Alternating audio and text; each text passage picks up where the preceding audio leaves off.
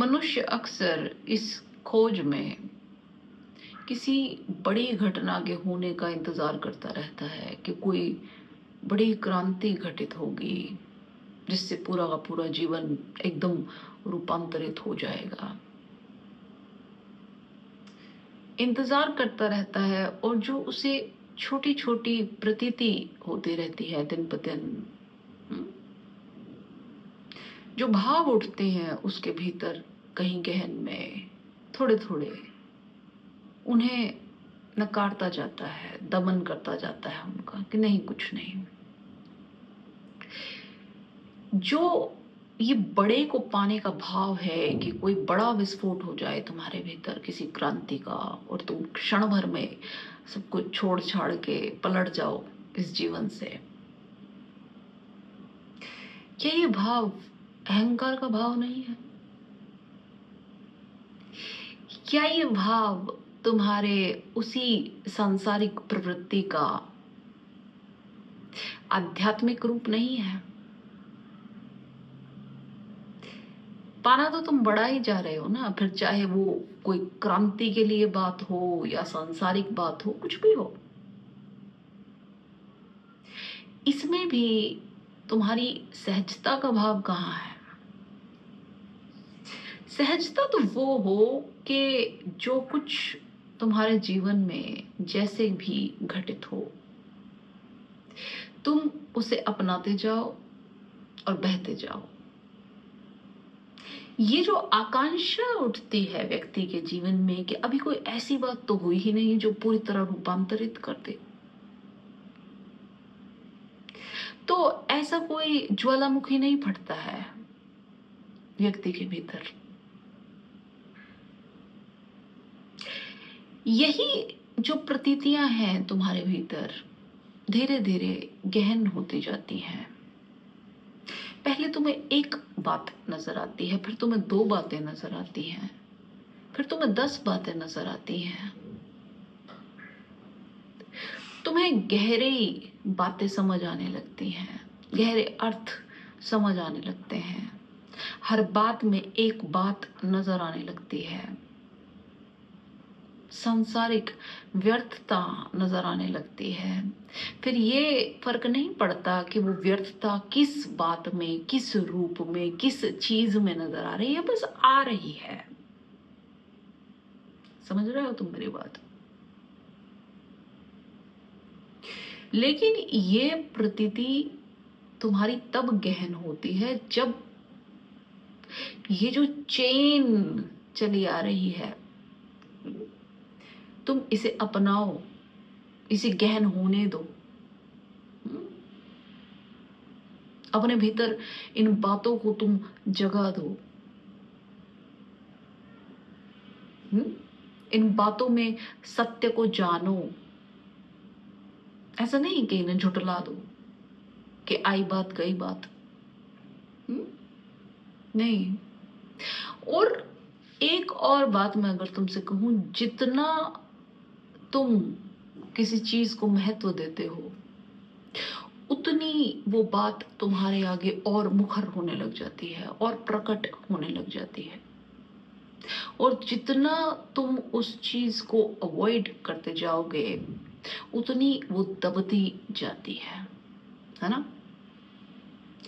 तो जब तुम्हारे भीतर ये किरणें कहीं कहीं से भीतर घुसने लगे उस समय तुम इन किरणों को दबाना मत। उस समय तुम इन किरणों को समझना, इन्हें देखना कि ये कहां से आ रही है। किसी बड़े सूर्य की प्रतीक्षा में मत बैठे रहना कि कोई जादू हो जाएगा। जादू होगा पर वो जो सूर्य बनेगा ना, वो सूर्य एकदम प्रकट नहीं होगा तुम्हारे भीतर। ये हजारों लाखों किरणें मिलके एकदम सूर्य बनाएंगी, पर उसके लिए तुम्हें अपने आप को ऐसा बनाना पड़ेगा कि तुम इन किरणों को ग्रहण करो और इन्हें महत्व दो।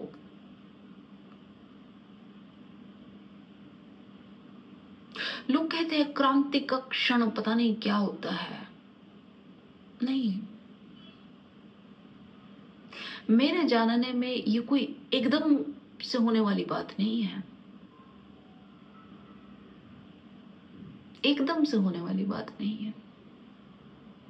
हाँ, तुम्हारे अंदर एक गहन भाव हो सकता है शुरू से, पर होगा जरूर, होगा जरूर कुछ ना कुछ, कुछ ना कुछ। कोई इंक्लिनेशन होगी और फिर कोई ऐसी बात एकदम प्रकट हो जाए तुम्हारे आगे और तुम जाग जाओ। हो सकता है ऐसा, पर वो भी एकदम अचानक नहीं हो सकता। तुम्हारे भीतर जरूर कोई ना कोई बोध होगा ही।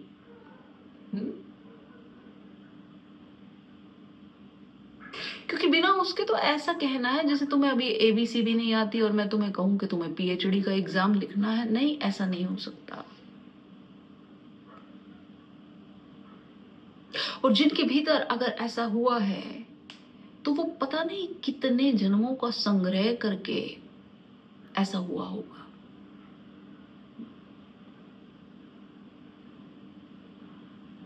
तो देखा जाए तो वो भी अचानक नहीं है। हर चीज को होने का एक तरीका है, एक तरीका है। तुम जो पढ़ते हो वो तुम्हें याद हो जाता है, जो तुम सोचते हो वो तुम्हारे विचार बनते हैं, वो तुम्हारा मन बनता है, वो तुम्हारा संसार बनता है ना। जिन बातों को तुम अवॉइड करते हो वो अवॉइडेड ही रह जाती हैं, तुम्हें उन बारे में कुछ पता नहीं होता। जैसे तुम अपने कॉलेज में सब्जेक्ट चुनते हो, कोई मैथ्स चुनता है, कोई इंग्लिश चुनता है, कोई साइंस चुनता है। तो वो उस दिशा में स्पेशलिस्ट बनते हैं, ठीक ठीक है ना। लेकिन जब वो उस दिशा में स्पेशलिस्ट बनते हैं तो दूसरी बातों के बारे में इतना ज्ञान नहीं रहता उन्हें। पर उसका मतलब ये नहीं है कि वो दूसरी बातें हैं नहीं, बस उन्हें पता नहीं है। ठीक वैसे ही जब तक तुम अपनी आंख को संसार की तरफ करे बैठे हो तब तक तुम्हें सत्य का कोई भान नहीं है। पर इसका मतलब ये नहीं है कि सत्य है नहीं, सत्य तो है ही। समझ रहे हो। तो जो भी तुम्हारे जीवन में चाहे छोटी छोटी प्रतीतियां हों, उन्हें पकड़ो, उन पर मनन करो, उनके बारे में सोचो कि किसी बात ने, किसी घटना ने, किसी व्यक्ति ने तुम्हें इतना क्यों प्रभावित कर दिया। किसी दृश्य ने तुम्हें क्यों एकदम शांत कर दिया। किसी की बात ने तुम्हें क्यों एकदम चौंका दिया। क्यों तुम्हें ऐसा एहसास दिला दिया कि तुम्हारा जीवन बड़ा व्यर्थ सा है। क्यों।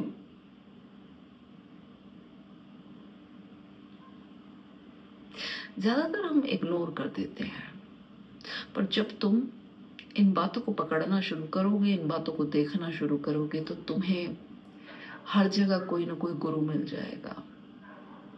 हर बात गुरु बन जाएगी। तुम गहरे उतरने शुरू हो जाओगे, तुम्हारी नजर गहरी होनी शुरू हो जाएगी। तुम बातों के अर्थ समझने लग जाओगे, तुम मौन मूक समझने लग जाओगे। ये मौन तुम्हारे आगे मुखर हो जाएगा। अपने भीतर उठने वाली भावनाओं का कम से कम खुद से दमन मत करो, खुद से मत करो। और जब व्यक्ति को ये प्रतीति होनी शुरू होती है कि ये जीवन मैंने बिल्कुल व्यर्थ ही जिया है, मैं बस चक्कर ही काट रहा हूं, तो वो व्यक्ति अचानक ठिठक के खड़ा हो जाता है, ऐसे जैसे पैरों के नीचे से किसी ने जमीन खींच ली हो, ऐसा। क्योंकि किसी को कभी इस बात का भान हो सकता है, किसी को कभी हो सकता है किसी को जाके बुढ़ापे में हो, 70-75 की उम्र में वो व्यक्ति सोचेगा कि मैंने तो अपना सारा जीवन ऐसे ही बर्बाद कर दिया, अब क्या। और ये जो अब क्या, ये जो प्रश्न है ना, मैंने बार बार कहा है, ये कभी भी जब तुम्हारे जीवन में उठेगा कि अब क्या, तुम इसका उत्तर नहीं दे पाओगे। इसके उत्तर को खोजने के लिए तुम्हें अपने भीतर उतरना ही पड़ेगा। यही उत्तर तुम्हारे जीवन का सत्य है कि अब क्या। और ये प्रश्न महाप्रश्न है। Now what. जब हर चीज गिरती हुई नजर आती है, हर चीज व्यर्थ नजर आती है, महत्वहीन नजर आती है, तो फिर आगे क्या, अब क्या, अर्थ किस बात का है फिर। जब कुछ भी पकड़ने योग्य नहीं है तो फिर हम क्यों हैं, हमारे होने का अर्थ क्या है। तब तुम कहीं भीतर मुड़ते हो। लेकिन ये जो प्रश्न है ना, ये उठता तो बार बार है, बार बार उठता है, लेकिन तुम इसे बार बार दबाते भी हो, है ना। बार बार दबाते हो कि मैं पागलों की तरह इन बातों के बारे में सोच रहा हूं, कोई अर्थ नहीं है, जीवन ठीक ठाक है, या हो सकता है मैं जीवन में भी दुखी हूं इसलिए ये प्रश्न उठ रहा है। और ठीक भी है, जीवन में जब दुख होता है तब इस प्रकार के प्रश्न उठते हैं। पर अगर इन प्रश्नों को थोड़ा भाव दिया जाए तो दुख में भी एक क्रांति घटित हो सकती है। दुख एक कैटलिस्ट की तरह काम कर सकता है अगर कोई करना जानता हो तो।